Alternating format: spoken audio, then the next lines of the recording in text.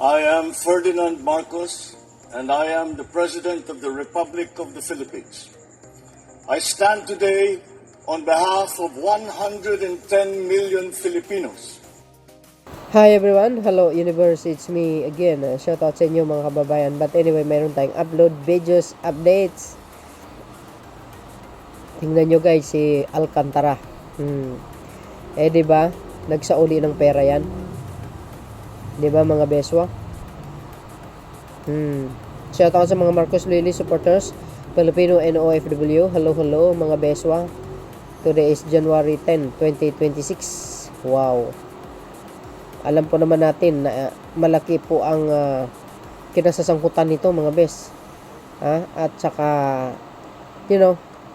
at maraming pera din ang na-kickback nito. So dahil dito, para kumpleto, detalyado mga beswa, ayan, shout out sa mga Marcos Lily supporters, Filipino and OFW. Sabay po ng Abante.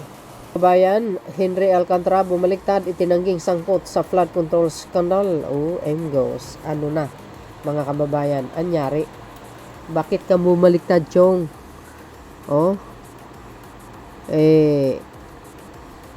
Mayroon sigurong nanulsol dito. Hindi natin alam guys bumaliktad siya. Tapos, nagsauli siya ng pera. Paano kaya yun guys? Di ba? Paano kaya yun? Sa tingin nyo? Well guys, hindi tayo abogado. Pero, bakit kaya bumaliktad siya? Paano naman yung mga ebidensya laban sa kanya? Medyo malakas. Lalo na nagsauli ng pera mga kababayan. Ano po ang kapalagayan nyo? Ano po ang thoughts nyo rito? Or opinion? Yan, January 9, 2026, kahapon, no? Sabi dito, para kumpleto, detalyado mga kababayan, basahin po natin. Ayan. Bakit kaya, no? Bumaliktad si dating Department of Public Works and Highway, DPWH, Bulacan District Engineer Henry Alcantara at itinaging sangkot siya sa Ghost Flood Control Project at Kickback SIM. OMGOs. Palagay ko wala nang maniniwala.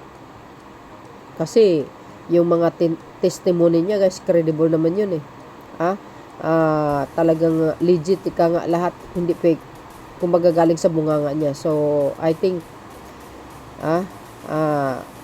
baka mayroong nanuhol, baka natatakot para sa kanyang pamilya. Hindi natin alam mga kababayan. Malalaman natin sa takdang panahon kung bakit ito ay itinanggi, no?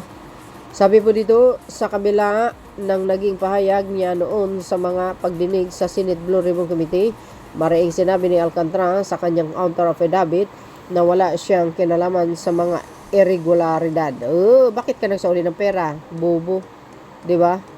Bakit ka nagsauli ng pera kung wala kang kinalaman? Ay, tanga. Doon pa lang sablay ka na. Nagsauli ka ng pera Diba guys, nagsauli siya ng pera? Correct me if I'm wrong. Lumabas ang detalye na ang kanyang depensa sa isang exclusive report ng agenda ng Billionaire News Channel kaugnay ng patuloy na investigasyon ng Department of Justice. Agay. Kaya abangan po natin yan. Ang mga susunod na kabanata, mga kababayan. Ayon kay Alcantara, walang sapat na ebidensya para siya ay mahatulan sa mga kasong may kaugnayan sa umano'y mga anomalya sa flood control project. Di ba guys, nagsauli siya ng malaking pera. Ano yun? Doon pa lang sablay na siya di ba? Sabi pa dito, iginiit din niya na wala umanong patunay na pinaboran niya ang sinuman kontratista, empleyado o individual sa pagpapatupad ng mga kinikwestiyon proyekto. So, tayo mo. Nakapagsalita ka na nga diba? May affidavit yata yan Sus, Mario Joseph, tapos nagbayad siya, nagsauli siya ng pera. Ano yun? Doon pa lang sablay siya, diba? Dagdag pa ng dating opisyal, wala ring testigong makapagsasabing siya ay nag-aproba ng illegal na bayad o nagpiki ng mga report kaugnay ng flood control project. Bakit ang dami mong pera? Saan galing yung yaman mo? Sige nga, panay kasino-kasino mo. Kasama mo si Bryce. Yun ako. Babaliktad na silang lahat. Kaya abangan po natin yan. kung ano maging desisyon para sa kanila, mga kababayan. Aniya, ang mga umano'y ghost project ay itinatago raw sa kanya ng kanyang mga tauhan. Pautot mo. Gonggong, ngayon pa, bistado ka na. Marin din niyang itinanggi ang mga akusasyon ng panunuhol at bid rigging na sa pagkuha ng mga proyekto ng DPWH at binigyang diin na hindi umano saklaw ng kanyang tungkulin. Ang mga ito ay si Raulo. Ano yung litrato mo sa lamesa? Sangkaterbang pera, bandul-bandul. Mismo si Bryce ang nagsabi na ikaw yung nasa gilid na katayo. Paano yun? Maitatanggi mo pa ba yun? Ay, nako. Saad niya, pawang ministerial lamang ang kanyang papel bilang district engineer at pumirma lamang siya sa mga dokumentong inihanda at isinumiti ng kanyang mga nasasakupan. Agay! Sos, talaga lang ngayon pa, siniwalat mo na lahat-lahat. Tapos nagsauli ka pa ng pera.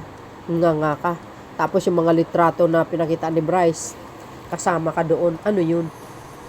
Ghost ano din? Ghost kaluluwa or ghost anino? Ay nako. Gayunman, sinabi ni Acting Justice Secretary Frederick Bida na nakapagbalik na si Alcantara ng mahigit 100 million sa DOJ bilang restitution sa flood control scam. Ayan pa lang gunggong ka. Sos, ngayon bumaliktad ka. Sinabi mo wala kang kinalaman. Ay, TNGA ka. Nagbalik ka ng kalaki-laking pera. Tapos babawiin mo. Saan galing yung pera na yan, Aber? Kasi guys, di ba, nakita yun sa Blue Remove Committee. Sabi ni Bryce, yung litrato na yun, si Alcantara yun sa gilid na ang haba ng lamisa, punong-puno ng pera. Ano yun? Wag kami, Alcantara. Bistado ka na. Naku, tae mo. Gahaman ka rin Nang dahil sa inyo, nagkadilit-silitso yung mga proyekto. Wala kayong kwenta. Masiba kayo sa pera. Inaasahan ng Pangulo na yung mga proyekto na yan gagawin nyo ng maayos. Pero ang ginawa nyo, ginawa nyong ghost. Wala. Kumubra lang kayo ng mga pera. Wala kayong mga kwenta. Ibang klaseng mga kapwa Pilipino ito. Hindi mo lang iniisip yung kapakanan ng mga nasasakupan nila. Lalo na sa Bulacan, kawawa sila. Puro baha. Yan. Paano guys makakalusot ito? Paano niya babawiin? Paano niya sasabi na wala siyang kinalaman kung nakapag-donate siya ng 100 million? Bobo. Isang bangag din to yan ang mga tuotong bangag. Itong mga to. Di ba? Saan kayo makakita ng ganyan? Walang kakinalaman tapos nagsauli ka ng 100 million. Ay, sarap mo katusin para gumising ka. Sa ngayon, tumanggi mo nang magbigay ng karagdagang pahayag ang DOJ habang nagpapatuloy ang preliminary investigation sa kaso. Ayan, mga bes. Sabi dyan mga kababayan, ng mga yung mga kukomment. Sabi dyan, sabi dyan, hindi naman siya sangkot sa flood control ng DPWH. Nagsauli naman ng pera milyon. Lusot na. Hindi mali. Ang sabi dito mga kababayan, parang Save the Queen instead the Joker in Senate. Diba? Hindi naman siya sangkot sa flood control ng DPWH. Nagsauli naman ng pera milyones. Lusot na. What? Ano yun? Utak buli na dito nagkukomment gunggong. Ano yun? Hindi naman sangkot sa flood control. Ay, tanga. Nagsauli ng milyon. Natural. Saan galing yung pera niya? Natural. Di galing sa komisyon. Sa laki-laki ba naman yan? Wow, lusot na rin si Joel. Hindi pa nga tapos ang investigasyon pangunahan nyo pa. Hindi naman talaga inaamin niya na sangkot siya sa Ghost Flood Control Project. Kaya nga, isauli ang maliit na porsyento na ninakaw tapos nung ginawang state witness, bumaliktad galing ng tactics. Hindi naman po yan, hindi pa nga tapos ang investigasyon. Maghintay kayo, huwag kayo sa nagmamadali. pangunahin nyo pa yung ombudsman o ang DOJ. Hindi pa nga tapos eh. So yun mga kababayan, ano po ang kapalagayan nyo? O ayan, anong masasabi nyo? Mag-komento na lang kayo guys sa comment section, no? Para ma-replyan ko kayo. Thank you guys for watching. See you again on my next upload. Ayan, Henry Alcantara bumaliktad. Itinangging sangkot sa flood control scandal.